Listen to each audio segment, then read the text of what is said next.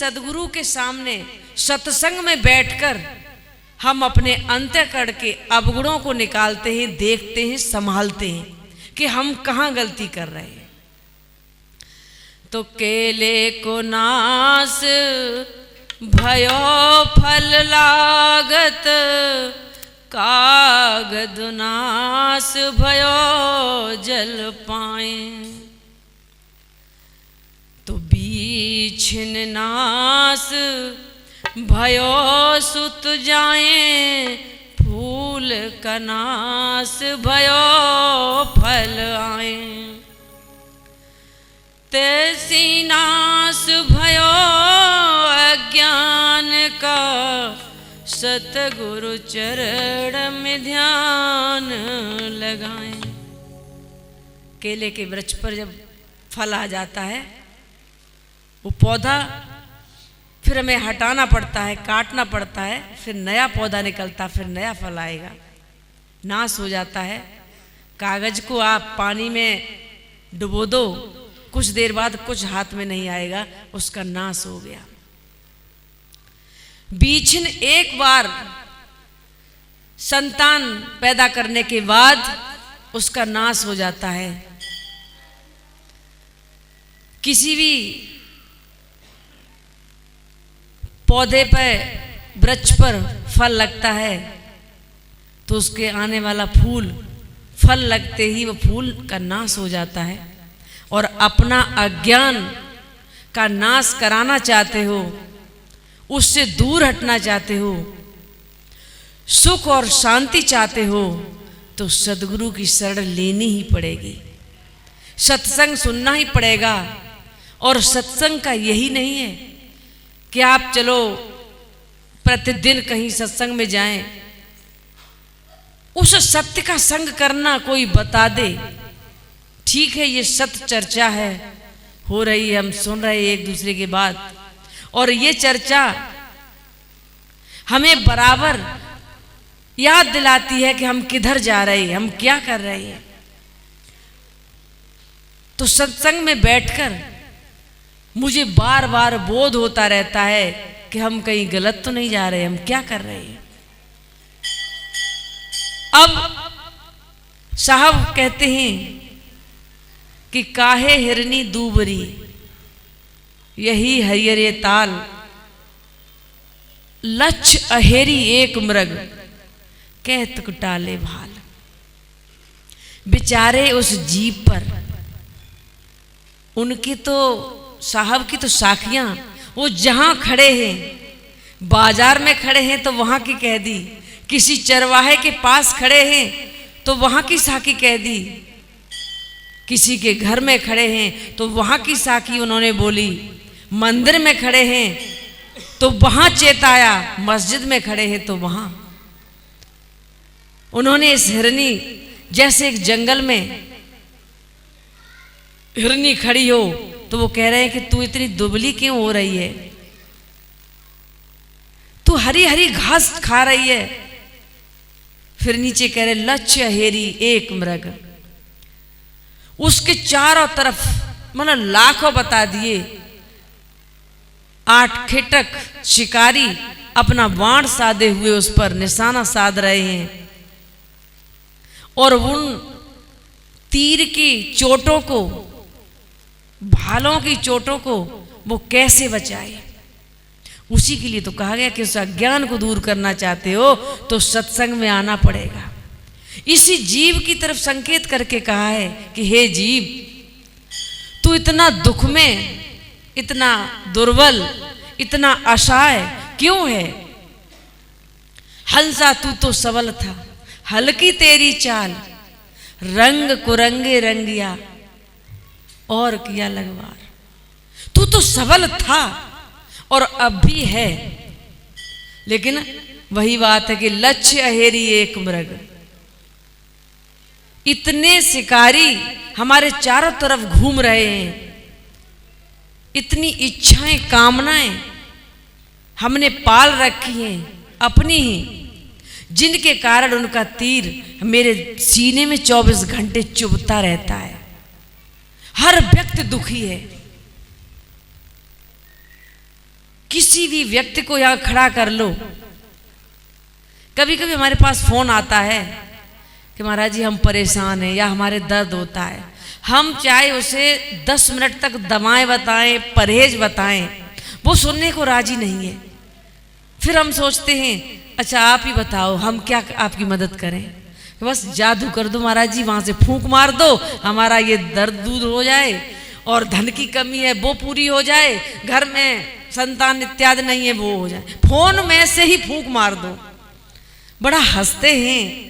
दवा हमने 10 minute phone पे बात की, बताई, सुनने को राजी नहीं, परहेज करने को राजी नहीं। कुछ घर में अव्यवस्था हैं, उनके तौर तरीके बताए, उसके लिए राजी नहीं। बस आप जादू कर दो। क्या ऐसा होता है? यदि आपको लगता है कि संत के जादू करने से, फूंक मारने से ये सब कुछ बदल जाता, तो क्या संत वो दुष्ट हैं? जो वो ऐसा नहीं सोच रहे या नहीं कर रहे हैं कि सारी सृष्टि सुखी हो जाए, सभी लोग धनवान हो जाएं और सभी निरोग हो जाएं, वो तो चाहते ही हैं। लेकिन बिना परहेज दवा खाने से क्या होगा? कर्म हमारे उत्तम नहीं हैं तो हम चाहे कुछ भी करते रहें, क्योंकि कर्मों का बंधन ही हमें बांध के ले जाएगा और कोई नहीं। तो इस जीव की तरफ संकेत किया है कि हे मनुष्य, तू एक चेतन जीव है और इसमें लगे हुए जो विकार हैं, वैसे तो कहा गया है कि उस जीव पर तो कोई विकार लगे ही नहीं है, वो तो निर्विकार हमेशा सा हमारे साथ से रहा और है और रहेगा। विकार जो भी हैं या शरीर के कहा जाए, ये भी तो प्रश्न उठता है कि मृत्यु के बाद शरीर तो जल के यही राख हो जाता है, साथ नहीं जाता है, और चेतन आत्मा कि वो तो निर्विकार है। फिर ये कौन भोगता है, कौन किससे मुक्त होता है, ये भी प्रश्न उठते हैं। तो शरीर से किए हुए कर्म हमारे मन पे उनकी छाप पड़ती है और मन उन सारे विषयों को, सारे विकारों को अपने अंदर समाहित रखता है और वही आपको जन्म जन्म तक भटकाता है। ये सारे सत्संग, संतों का संग, सतगुरु का संग, ये धर्म ग्रंथ, ये सिर्फ उस मन के विकारों को दूर करने के लिए ही साधन बनाए हैं। और उसके लिए एक संत ने बहुत ही अच्छा एक पद लिखा है। उस पद के माध्यम से उन संतों का, जिसमें क्या दर्शाया है कि मैं तो उन संतों का दास जिन्होंने मन मार लिया। बोलिए श्री सतगुरुदेव की। तो सतगुरु श्यामल साहब से जब से हुआ संबंध, दुविधा सारी मिट गई, तो मन में हुआ आनंद कि श्यामल से गुरु पाए के कहाँ मुक्ति को रोई, पारख में स्थिर रहो तो आवागमन न हो। ये गाते वक्त इसको बहुत कम बजाना या बजाना ही नहीं, और उसके बाद बजाना। मैं तो उन संतन को दास जिन्होंने मन मार लिया, मैं तो उन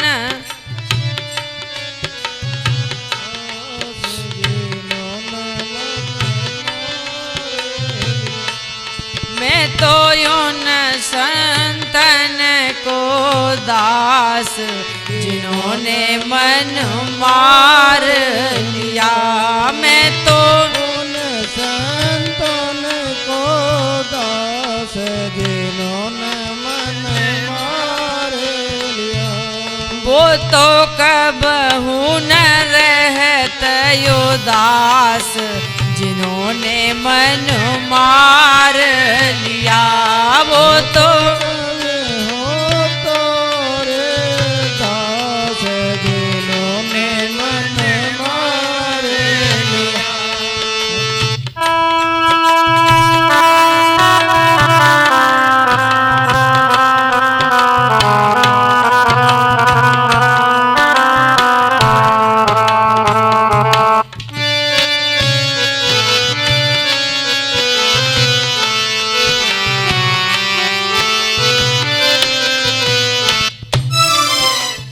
आपा मेट जगत में बैठे नहीं किसी से काम। आपा में और जगत में बैठे नहीं किसी से काम। उनमें तो कुछ अंतर नाही, संत कहो चाहे दास, जिन्होंने मन मार लिया। मैं तो यूं संतों के दास, जिन्होंने मन मार लिया। मैं तो यूं संतन को दास, जिन्होंने मन मार लिया।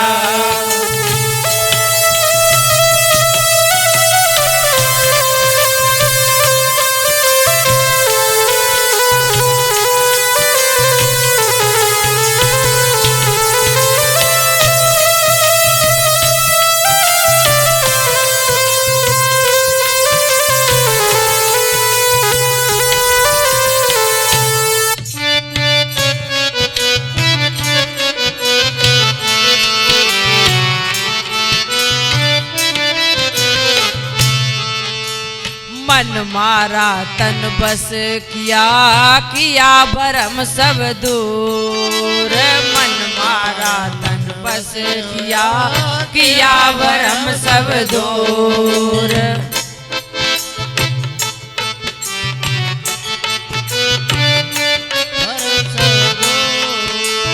बाहर से कुछ सूझत नहीं, अंतर झलक नूर, जिन्होंने मन मार लिया। मैं तो यूं संतन को दास, जिन्होंने मन मार लिया। मैं तो संतों के दास, जिन्होंने मन मार लिया।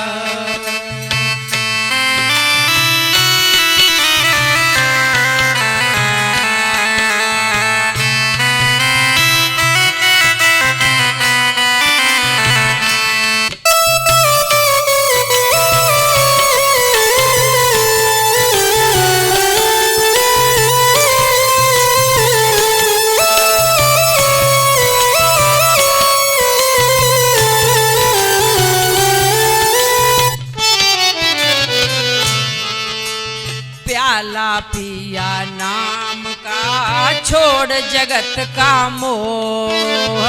प्याला पिया नाम का छोड़ जगत का मोह।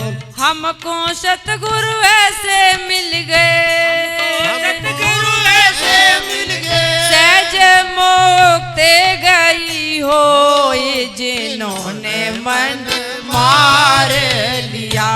मैं तो यूं संतों के दास, जिन्होंने मन मार लिया। वो तो जिस दिन रहत उदास, जिन्होंने मन मार लिया।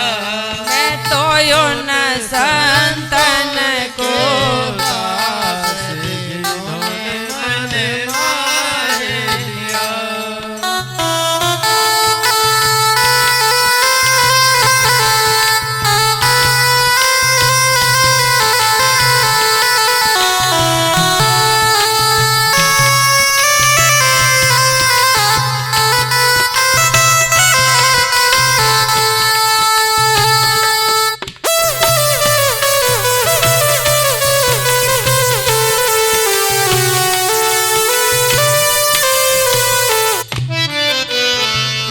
सिंह जी के सतगुरु स्वामी दिया अमीरस पाए। नरसिंह जी के स्वामी दिया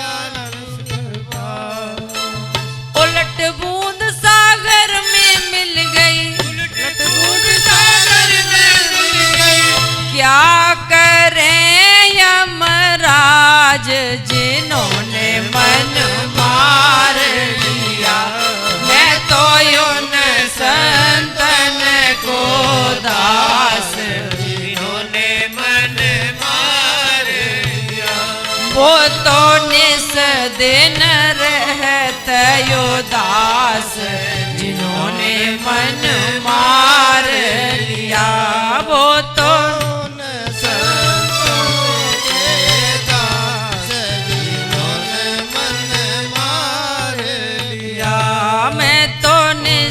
दिन रहत उदास जिन्होंने मन मार लिया। मैं तो उन संतन को दास जिन्होंने मन मार लिया। बोलिए श्री सद्गुरुदेव की जय। वशीभूत मन इंद्रियों के वो ही राह बताते हैं और गहरे दरिया में ले जाकर फिर उल्टी धार बहाते। इंद्रियों का दमन करो, मन पीछे रह जाता है और इंद्रियों के लगे तमाचा मन कोसों दूर भग जाता है।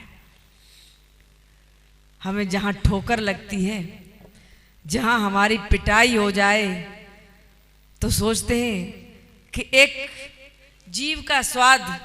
एक हलवाई की दुकान पर जलेबी खाने एक व्यक्ति रोज जाता था और एक दिन उसके हाथ जेब में पैसे नहीं थे तो मांगा तो हलवाई ने दे भी दिया।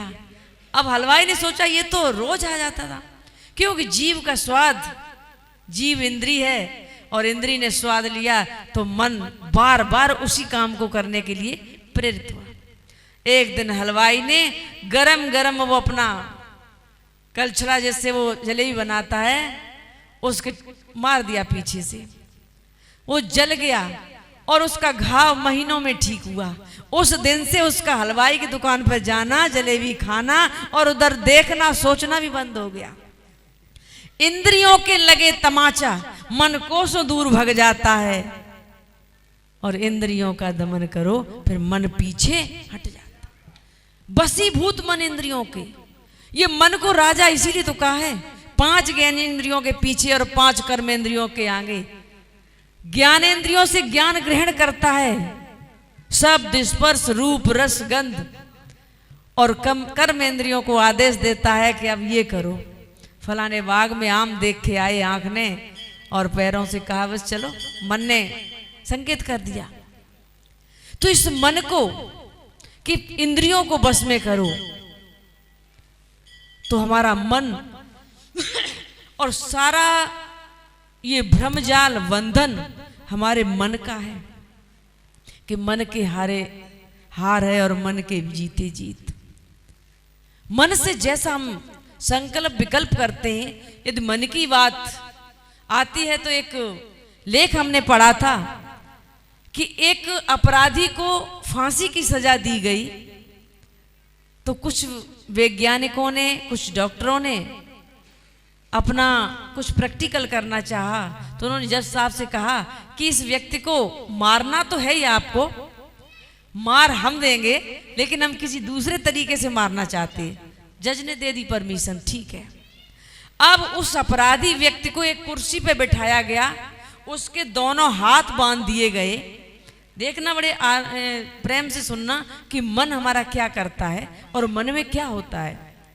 हाथ बांध दिए, पैर भी बांध दिए कि ये कुर्सी से उठ ना सके, और 2-3 लोग ये चर्चा करने लगे कि इस व्यक्ति को काले कोबरा नाग से डसवा के इसकी मृत्यु करनी है।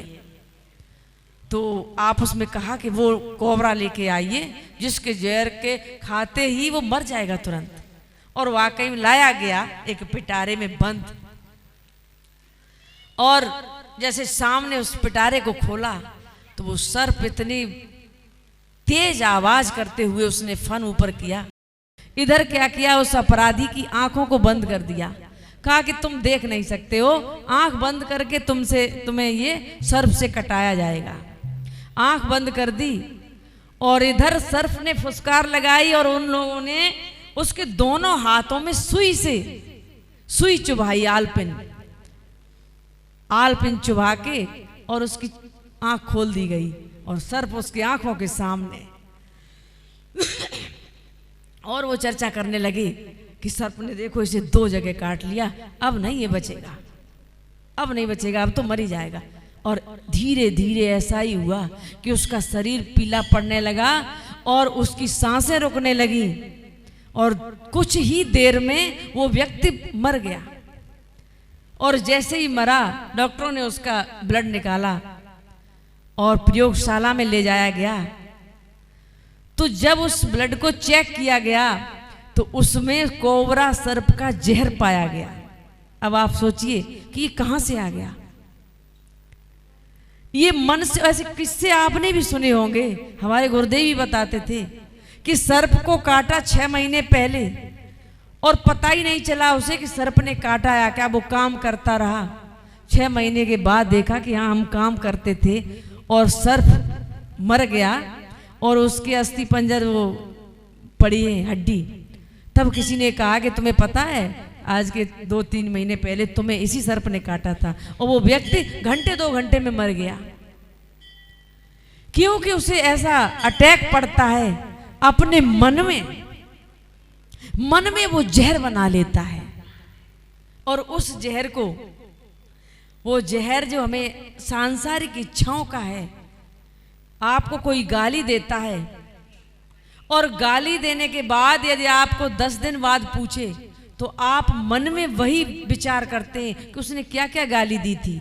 उतना ही उस वक्त आपको क्रोध आता है, उतना ही आपको बुरा लगता है, उतनी ही हीन भावना होती है जब चाहे 10 दिन की बात आप याद करो। तभी कहा गया कि मन के हारे हार है, मन के जीते जीत, पार ब्रह्म को पाइए मन ही की प्रतीत। इस मन के ही लिए तो कहा गया है कि मन न मरे न माया मरे, मर मर जात शरीर, आशा तृष्णा ना मरे, कहे गए साहेब कबीर। तो इस मन के ऊपर जो सांसारिक परतें चढ़ी हैं, हम संत जन यही कोशिश करते हैं कि वाणी के द्वारा, उनकी सानिध्य के द्वारा, उनके चाहे आशीर्वाद के द्वारा किसी तरह आपके अंदर परिवर्तन हो और आपके अंदर वो मन के विकार दूर हो जाएं। और मन के विकार दूर होते ही कहीं जाना नहीं, कहीं आना नहीं, कुछ लेना नहीं, कुछ छोड़ना नहीं, आप ज्यों की त्यों हो और वो तो हो ही, अजर अमर हो, अखंड हो। लेकिन हम भूल बस इन सांसारिक चीजों में पड़े हुए हैं। आज साहिब जी का बहुत धन्यवाद इस बात का है कि वो अपने उम्र के साथ इतना प्रयास करते हैं, हम सभी लोगों को यहाँ बुलाते हैं और उनका लक्ष्य यही है कि हम सभी सद्मार्ग पर चलें, संतों की वाणी सुने और अपने जीवन का कल्याण करें। लेकिन साहिब जी से एक तो है कि कुछ 1-2 संत की तबीयत भी खराब हो गई ठंडे पानी से नहाने से, कहीं कुछ, तो साहिब जी ने कुछ ज़्यादा ही सर्दी में जन्म लिया है। तो अब जैसे भी है वो तो सब लोगों को, जब साहिब जी मेहनत कर रहे हैं तो हम लोगों को भी आना पड़ेगा, जाना पड़ेगा। कल आने में रात भी हो गई, तो भाई अब जो भी है, जब साहिब जी जन्म ले ही चुके तो हम लोगों को भी जो प्रयास है वो करना ही पड़ेगा। बोलिए श्री सद्गुरुदेव की जय।